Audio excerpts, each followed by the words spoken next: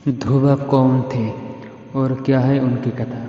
आइए जानते हैं ध्रुव चरित्र के विषय पे। अंतरिक्ष में उत्तर की दिशा में एक तारा है जिसका नाम ध्रुव है। इस तारे का नाम उसी ध्रुव पर रखा गया है जो भगवान विष्णु का परम भक्त था। आइए जानते हैं ध्रुव जी की कथा। स्वयंभुव मनु की पत्नी का नाम शतरूपा था। इन्हें प्रियव्रत, उत्तानपाद और आकुति देवहूति प्रसूति नाम के संतान हुए। शतरूपा के पुत्र उत्तानपाद की सुनीति और सुरुचि नामक दो पत्नियां थीं। राजा उत्तानपाद के सुनीति से ध्रुव तथा सुरुचि से उत्तम नामक पुत्र उत्पन्न हुए। स्वयंभुव मनु के दूसरे पुत्र प्रियव्रत, जो विश्वकर्मा की पुत्री बृहस्पति से विवाह किया था, जिसने अग्निद्र, यज्ञबाहु, मेधातिथि आदि 10 पुत्र उत्पन्न हुए।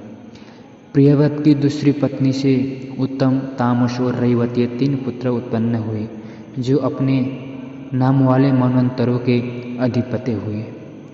महाराज प्रियव्रत के 10 पुत्र में से कवि, महावीर तथा सवन ये 3 नैष्ठिक ब्रह्मचारी थे और उन्होंने संन्यास धर्म ग्रहण किया था।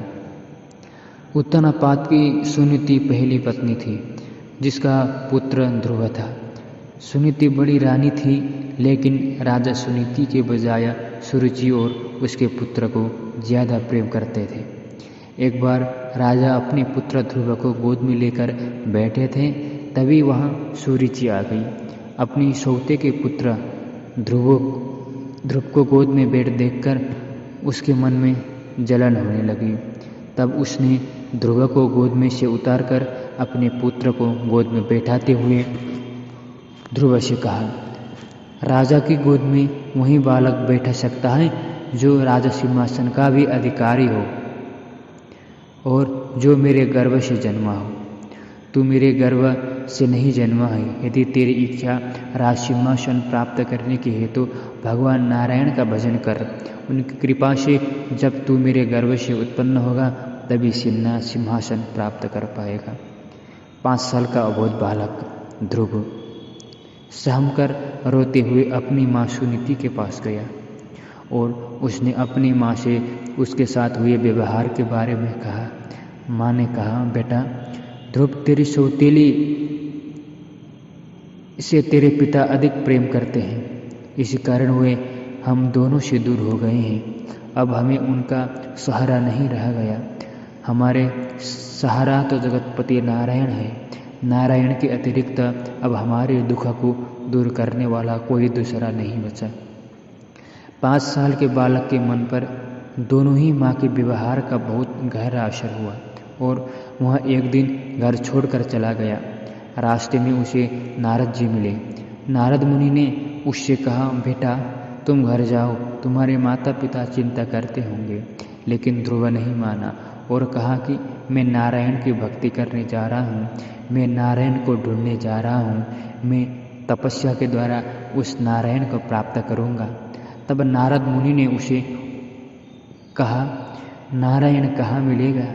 नारायण को प्राप्त करने के लिए तो बहुत कठिन तपस्या करना पड़ेगा।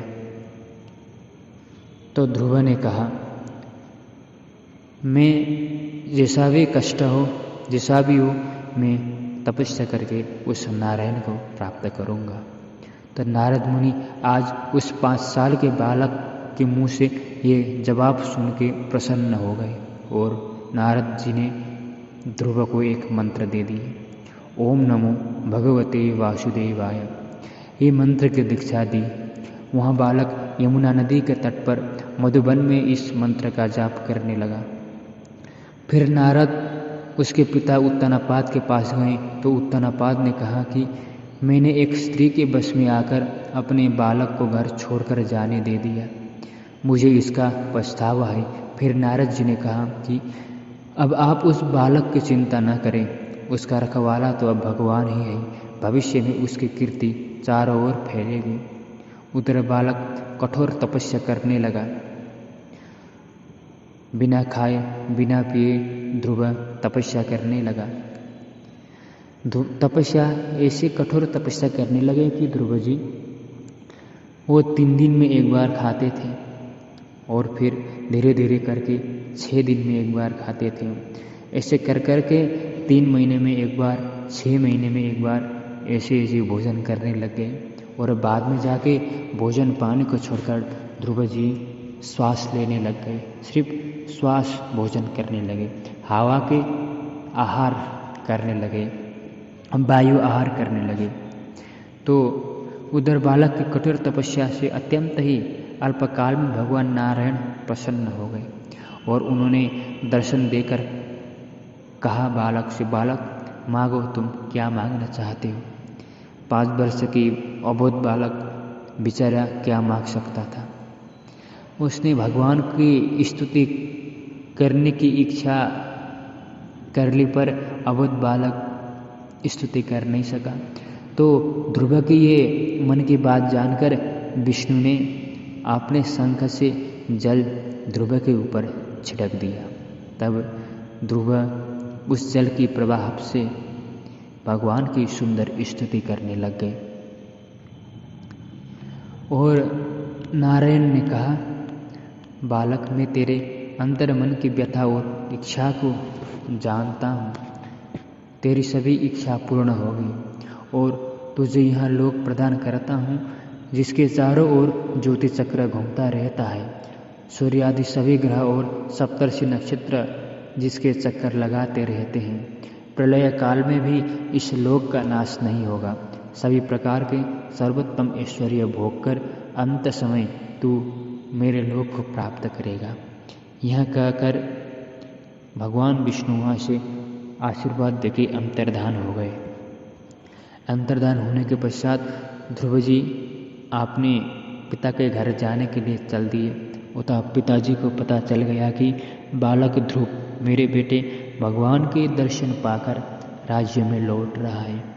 ये बात सुनकर सब लोग खुशी से उमंग हो उठे और राज्य में ध्रुव के अभिषेक के लिए विभिन्न प्रकार के कार्यक्रम की योजना करें। और ध्रुव जब आए, ध्रुव ने सबको दंडवत किया। माँ सुरुचि, माँ सुनीति को भी दंडवत किया और पिता के आशीर्वाद से ध्रुव अपने राज्य को राज्य करने लग गए। और राज्य करने के बाद में ध्रुव जी ने भगवान विष्णु के कहने अनुसार राज्य को परित्याग कर फिर वन जाके भगवान की भजन करने लगे। भजन करते करते कुछ समय बाद भगवान की विमान ध्रुव जी को लेने आ गए और विमान ने ध्रुव जी बैठकर भगवान विष्णु के धाम चले गए। बोलिए ध्रुव जी महाराज की जय। राधे श्याम। आपको यदि हमारा वीडियो पसंद आए तो चैनल को सब्सक्राइब कीजिए और वीडियो को लाइक कर दीजिए।